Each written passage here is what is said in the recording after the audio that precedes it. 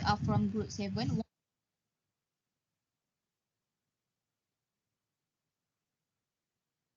Assalamualaikum and salam sejahtera. We are from Group 7. Want to present about hydrogen. Okay, let me introduce the participant from my group. First, Siva Rama Raja Manikam. Second, Ainana Suha binti Nyaduddin. Third, Nur Natasha binti Gatiman. Fourth, Ahmad Azri bin Azman. Fifth, Siti Hamzah binti Othman. So, my name is Siti Hamzah binti Othman. Let me tell you about my part. My part about introduction to hydrogen energy. Why we choose hydrogen? Because hydrogen is a clean fuel that when consumed in a full cell produce only water, electricity and heat. Okay, what sources of energy? Okay, sources of energy such as electricity, fossil fuel, nuclear, geothermal, wind, solar, natural gas and biomass. Uses for hydrogen. Petroleum refining and fertilizer production are the large use of hydrogen today, while transportation and utilities are emerging market hydrogen, and fuel cell can provide energy for use in diverse applications, including distribute or combined heat and power, backup power system for storing and enable renewable energy, portable power, auxiliary power for truck, aircraft, rail and ships. Specialty vehicles such as forklift and passenger, and freight vehicle including cars, trucks and buses. Okay, energy carrier hydrogen can be used in fuel cell to generate electricity or power and heat. And we also have the color of hydrogen, such as gray, blue, and green. Okay, gray hydrogen made using fossil like oil and coal, which emit CO2 in the air as they combust. Okay, blue hydrogen made in the same way like gray, but carbon capture technologies prevent CO2 being released, enabling the captured carbon to be safely stored deep underground or utilized in industrial processes. Alright, green hydrogen, cleanest variety, producing zero carbon emission. It producing using electrolysis. It powered by renewable energy like offshore wind to produce a clean and sustainable fuel. Okay, that's all from me. Thank Hydrogen as a fuel source, or simply a fuel cells, brings much prosperity to the world, and what is within this system? Let's find out together. In general, hydrogen fuel cells are electrochemical cells, or you may say a form of battery, whereby chemical reaction produce electricity. This process is further simplified as a common oxidation and reduction combo.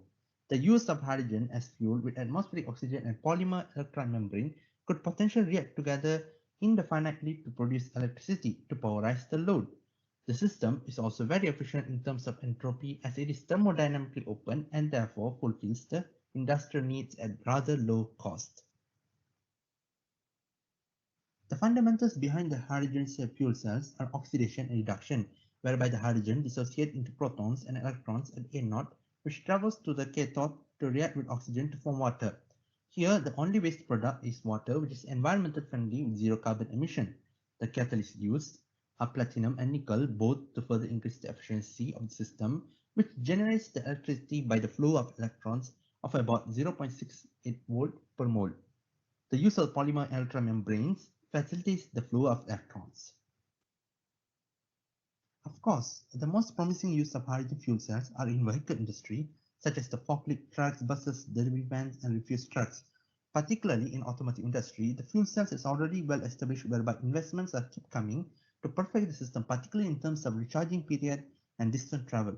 Of course, the biggest aspect of such system is its zero carbon emission and noise-free pollution, as well as being viable in a long-term future.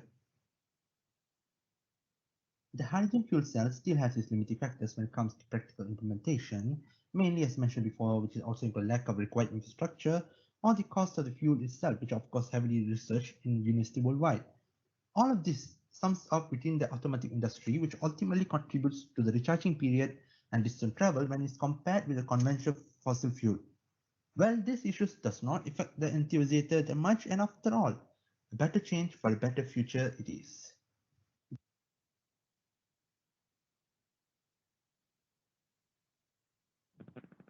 Hydrogen as green energy. Why it's called green energy? Green hydrogen is hydrogen produced by splitting water by electrolysis. It's produced only hydrogen and oxygen. Green hydrogen as the cleanest option, which hydrogen from renewable energy sources without carbon dioxide, as a byproduct, which is zero emission of carbon. What renewable energy sources? First, fossil fuel, specifically natural gas. Second, electricity from the grid or from renewable sources such as wind, solar, geothermal, or biomass. Third, in longer term, solar energy and biomass can be used more directly to generate hydrogen. What we want to achieve by using green hydrogen in the future.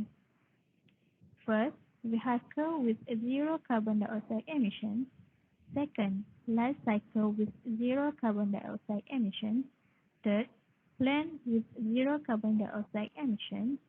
Fourth, minimizing and optimizing water usage. Fifth, establishing a recycling-based society and system. Sixth, establishing a future society in harmony with nature. Together, we make our world clean and safe by using green hydrogen.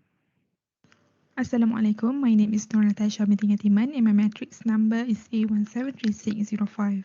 The topic that I will explain is hydrogen economy. It's make us wonder, what is hydrogen economy? Hydrogen economy is an economy that relies on hydrogen as a commercial fuel that would deliver a substantial fraction of a nation's energy and services. The word hydrogen economy was coined by John Bockris during his talk at General Motors Technical Center in 1970. However, the concept itself was proposed earlier by J.B.S. Haldane, who is a geneticist.